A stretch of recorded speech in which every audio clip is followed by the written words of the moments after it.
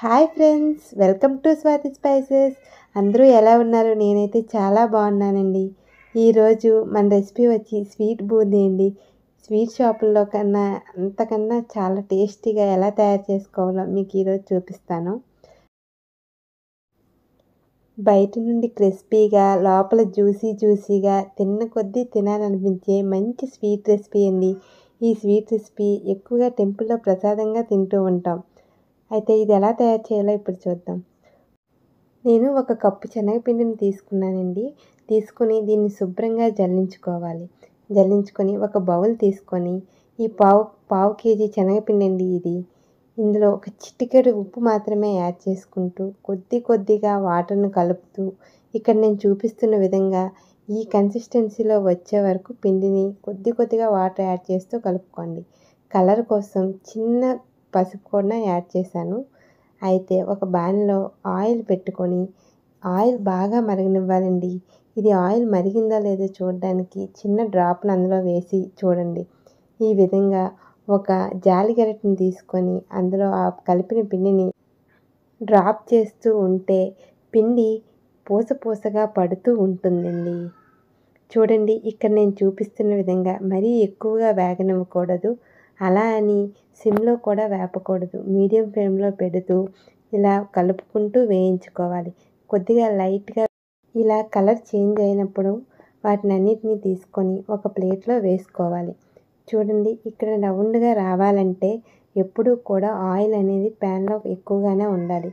తక్కువగా ఉన్న ఆయిల్ తగ్గుతున్న కొలది మనకి పూస అనేది రౌండ్ షేప్ అనేది పోయి తోకల్లా వస్తుంది. అలానే గరిటెకు ఉన్న పిండిని మొత్తాన్ని కడుక్కోవడం ద్వారా కానీ లేకపోతే ఈ విధంగా మొత్తంగా తీసేసుకొని మళ్ళీ సెకండ్ టైం వేసుకునేటప్పుడు ప్రతిసారి ఇలా పిండి మొత్తాన్ని వేసుకుంటూ పూసగా వేసుకోవాలి. ఇలా వేసుకున్నట్లయితే మనకి బూందీ అనేది రౌండ్గా వస్తుంది.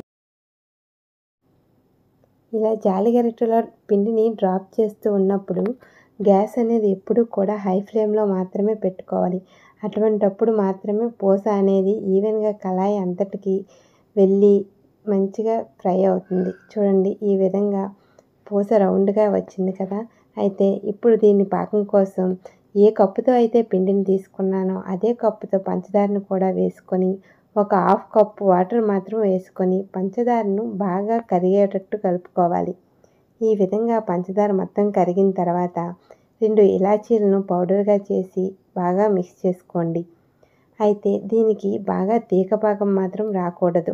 లైట్గా స్టిక్కీగా ఉంటే సరిపోతుందండి. పాకం అంతా చల్లారిన తర్వాత మనం ముందుగా వేయించి పెట్టుకున్న బూందీని కూడా అందులో యాడ్ చేసుకోవాలి. ఇక్కడ బూందీని కొద్దిగా యాడ్ చేసుకుంటూ బాగా మిక్స్ చేసుకోండి. ఇలా మిక్స్ చేసుకొని ఒక 1 అవర్ పాటు అలానే పక్కన పెట్టుకుంటే ఆ పాకాన్నంతటినీ బూందీ అబ్జర్వ్ చేసుకుంటుంది. ఇలా అబ్జర్వ్ చేసుకుంటే పాకం అనేది మొత్తం ఇంకిపోయి చూడండి, ఇక్కడ నేను చూపిస్తున్న విధంగా జ్యూసీగా బూందీ రెడీ అండి.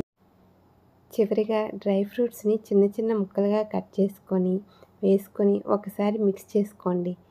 అంతే అండి, ఎంతో టేస్టీ అయిన బూందీ రెడీ అండి. ఇంట్లో పూజలు చేసినప్పుడు క్విక్గా ఈజీగా ఇది నైవేద్యం కింద పెట్టవచ్చు. లేదు అంటే నార్మల్గా స్వీట్ తినాలనిపించినప్పుడు కూడా ఇలా తయారు చేసుకోవచ్చండి. మీరు కూడా ఈ స్వీట్ చేసి ఎలా కుదిరిందో కామెంట్ సెక్షన్లో కామెంట్ చేయండి. కొత్తగా ఎవరైనా చూస్తున్నట్లయితే నా వీడియోస్ని లైక్ చేసి సబ్స్క్రైబ్ చేసుకోండి. సూపర్ ఉందండి.